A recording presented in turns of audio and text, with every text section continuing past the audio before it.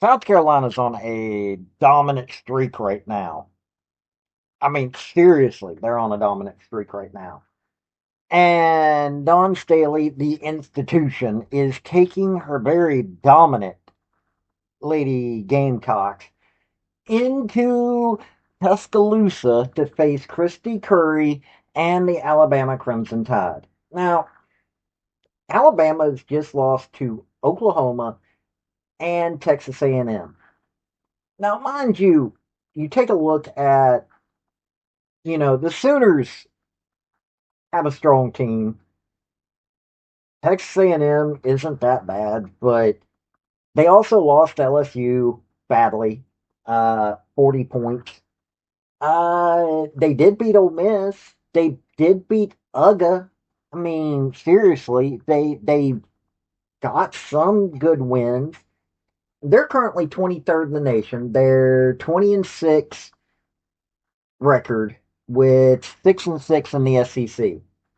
South Carolina is 25-2, 11-1 in the SEC. And they just got worn out. It happens.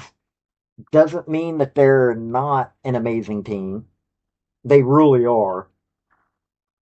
They just beat LSU. That LSU win was great, in my opinion.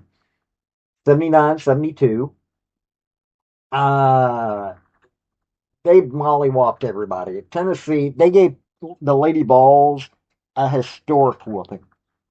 Seriously.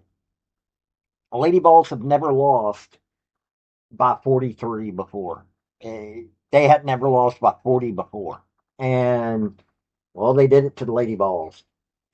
Mississippi State was an embarrassment for Mississippi State. Texas A&M wasn't an embarrassment, but it was bad. And the Auburn loss, or the Auburn win for Auburn, the loss, that was bad. So Don Staley, the institution, is taking her team to handle Alabama. Christy Curry.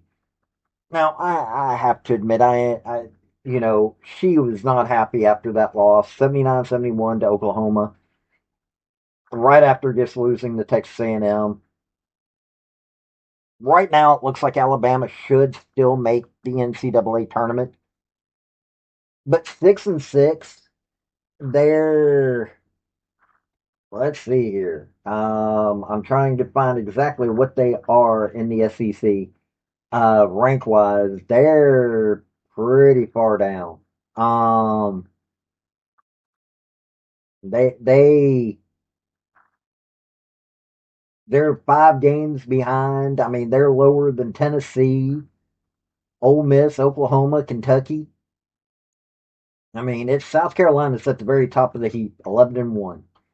Then it's Vandy, 10-3, Texas 9-3, Tennessee 8-3, LSU 8-4, Ole Miss 7-4, Oklahoma 7-5, Kentucky 7-6, and then you have Alabama. Now Tennessee, right now, I love my Lady Balls. Look like they're actually going to have a winning record in the SEC, but Alabama's got a hard game in front of them. And South Carolina is not going to play games. But we're going to take a look at this by the numbers. And we're going to see how this should play out. Because even though I adore Don Staley, I like the Gamecocks program, we're going to cover it. We're going to see who should be able to win this game. So here we go. Before we get into the crux of this video, hit like, hit subscribe if you like college sports, because I do college sports, primarily college football, college women's gymnastics, do a little basketball, and other sports on occasion, but that's what I do, college. Also, General Robert Neyland, former University of Tennessee head football coach for decades, had 7 maxims to win any game, but they can also help you if you apply them correctly to your life. The second one is play for and make the breaks. When one comes your way, score. That is a maxim that can be also applied to your life. Look for those breaks and take it. Since South Carolina's visiting, we're going to start with them. They are scoring 87.8 points a game. They're allowing 56.3 points a game. 51.3 field goal percentage, 72.7 free throw percentage, 38.3 3-point percentage. They're making 6.2 3 points a game, 18 assists a game, 38.6 rebounds according to Yahoo, and according to ESPN, they're making 42.7. 12.8 turnovers a game, 6.2 block shots, and they're getting 9.9 steals. Joyce Edwards, who, got to 1,000 points faster than what Asia Wilson did, leading scorer. She also leads in steals. 30.3 minutes a game, 20 points a game, 6 rebounds, 2.6 assists, 1.9 steals, 1.1 blocks, but 2.8 turnovers. Little high, but when you're that. But 59.8% field goal percentage, 28.6 3-point percentage, 69.5 free throw percentage. When you're shooting that good, I mean, hey, Joyce Edwards is amazing. Tania Latson, second leading scorer, 28.7 minutes a game, 15.1 points a game, 3.1 rebounds, 3.5 assists, 1.8 steals, zero point 0.4 blocks, 1.7 turnovers, 49.6 field goal percentage, 36.4 3-point percentage, and 80.7 free throw percentage. Tessa Johnson, 28.8 minutes, 13.9 points, 3.5 rebounds, 2.5 assists, zero point 0.5 steals, 0.3 blocks, 1.4 turnovers, 49.2 field goal percentage, 82.5 free throw percentage, and 47.6 3-point percentage. You heard that right. Tessa Johnson is just amazing. And then there's Medina Okot, 24 minutes a game, 13.1 points, 10.5 rebounds, a double-double machine. 1 assist, 1.5 steals, 1.5 blocks, 2.3 turnovers, 59.3 field goal percentage, and 30% 3-point shooting, and 69.4 free throw percentage. The only concern that I see in this game is that Joyce Edwards is having to play so much. She's at 817 minutes this season. Raven Johnson, who leads in assists, 5.4. She's at 780. Tessa Johnson's in there quite a bit with 749 for the season. But let me tell you something. They're one of the few teams that have 5 players that are in double digits. No joke. Per game, double digits. You've got Joyce Edwards, Tania Latson, Tessa Johnson, Medina Okot, and Raven Johnson. Medina Okot is leading in rebounds with that 10.5. And she's leading in blocks 1.5. Raven Johnson, I mean, this is every bit of fundamentals are there. And they're shooting 51.3 field goal percentage with 38.3 3-point percentage. Don Staley's got them doing the fundamentals. Okay, they might need. Heck, they're one of the best blocking teams out there. They're not relying on stealing, but they're still doing pretty good at stealing the ball.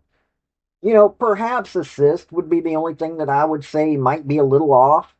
You got 2 players over 2 turnovers a game, but their shooting is so elite and their defense is so elite.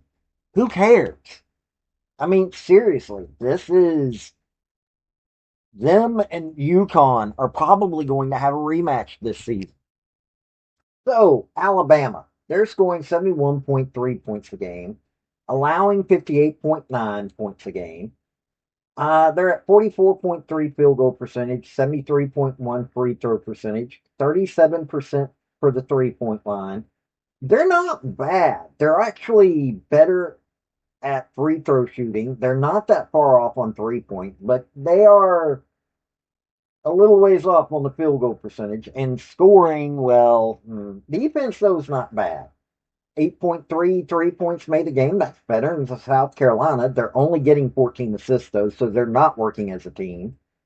34.2 rebounds a game, according to Yahoo, and 38 according to ESPN. 13.3 turnovers a game, a little bit worse than South Carolina. 5.2 block shots. That's actually right average for women's basketball, and 8 steals a game. Now, Jessica Timmons, who is a great player, is in there 31.6 minutes, 16.2 points, 4.5 rebounds, 2.5 assists, zero point 0.9 steals, no blocks, 1.8 turnovers, 44.6 field goal percentage, 41.6 3 point percentage. An elite shooter, 86.1 free throw percentage. She leads in points. Essence Cody, 23 and a half minutes a game, 11.9 points, 4.7 rebounds, 0.6 assists, 1.3 steals, 1.2 blocks, 1.6 turnovers, 55.9 field goal percentage, and 33.3 3 point percentage with 72.7 free throw percentage. Carly Weathers, who leads in rebounds, steals. She's a guard. Why is she leading in rebounds and assists, by the way? 33 and a half minutes, 10 points a game, 6.1 rebounds, 3 assists, 1.7 steals, zero point 0.4 blocks, 1.6 turnovers, 44.6 field goal percentage, 70.4 free throw percentage, and 39.1 3 point percentage. So you've got some really good shooters. And Naomi Jones is leading in blocks with 2.1. They've only got 3 players who are in double digits. Now, Tamia Scott's at 8.8, as is Diana Collins. That's not bad. Um, Only got 1 player over 2 turnovers a game, and that is Diana Collins, a guard.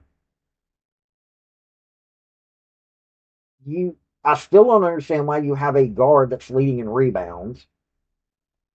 And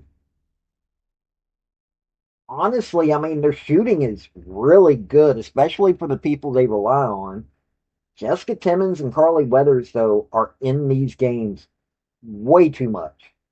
Way too much. Jessica Simmons is putting out, so is Carly Weathers. I'm just looking at the those two. They're going to get worn down. You have a very deep bench. Very deep bench. You should be getting other players in there. You should not have 5 players in double digits for the entire season. Seriously, you shouldn't. Not with this deep of a bench. Not when you've got 2 players. Carly Weathers is at 870 minutes so far this season, and Jessica Timmons is at 821. You should not have 2 players with this deep of a bench being on the court over 30 minutes a game. You're wearing out your needed players. Seriously, you are. You're heavily relying on certain players and not getting anybody else in there to be able to take over in case they get hurt. That is the problem here. This is definitely going to be a Gamecocks win. I'm not even going to play around about it. Alabama is a good team. I don't know if they currently deserve to be in the top 25. I'm making this video Monday morning and going to be releasing it right after I make it. I don't see how Alabama's going to stay a top 25 team. They're currently 23rd in the nation. They just lost 2 games. Oklahoma is, well, they're Oklahoma. I mean, Reagan Beers, that whole thing. They just lost, or they also lost to Texas A&M. It's They were at least able to beat Ole Miss. They lost badly to LSU. At least they were able to beat UGA. Vandy can't even do that. They're too hit and miss. I don't see a way for Alabama to win this game. According to ESPN 90.1% chance for the Gamecocks to win, 9.9 for Alabama. Even if Joyce Edwards has to stay out of this game, they've got enough players that can back her up or be her backup that I don't see a problem. Even though they've got far less players, Alabama's got an exceedingly deep bench. I don't see Alabama being able to do much. You would have to have, they've got, when you've got five players that are in double digits and on one side, three players, and only three players on the other side, and you've got two players that are just ridiculously out on the court, I don't see it. I really don't. You Alabama should have been trusting their bench by now. They should have been able to swap out, you know, Jessica Timmons is, you know, should have been able to get swapped out more. Carly Weathers needs to be swapped out more. Both of these are high end players, but they're going to get worn out. And if you can't rely on them because they're so worn out, I just don't see it. You're wearing out your two reliable players. And I like Essence Cody, but she can't carry this team if you're missing your two key guards that you're overplaying. To me, it's got Diana Collins, both good players. But Diana Collins is also turning over the ball probably more than you want her to. That's where the problem's lying in at. There's too many things I'm seeing wrong with Alabama, and they're a good team. Don't get me wrong. I am not saying that they don't deserve in the NCAA tournament. I'm not saying that I'm not saying any of that. What I'm saying is that compared to South Carolina, there's too many. Nope, not going to happen. So that's my thoughts on this. This has been Paul with Redneck Sports. Y'all have a good day now. Bye. Hey, folks, before you leave, if you're can't become a member via my YouTube channel, which that's for my thinker. I've also got sports. I've got a Patreon. If you really, really want to help me out, I would be much appreciated. But hey, hitting like, hit subscribe, hit commenting, all those things really help me out. Have a good day.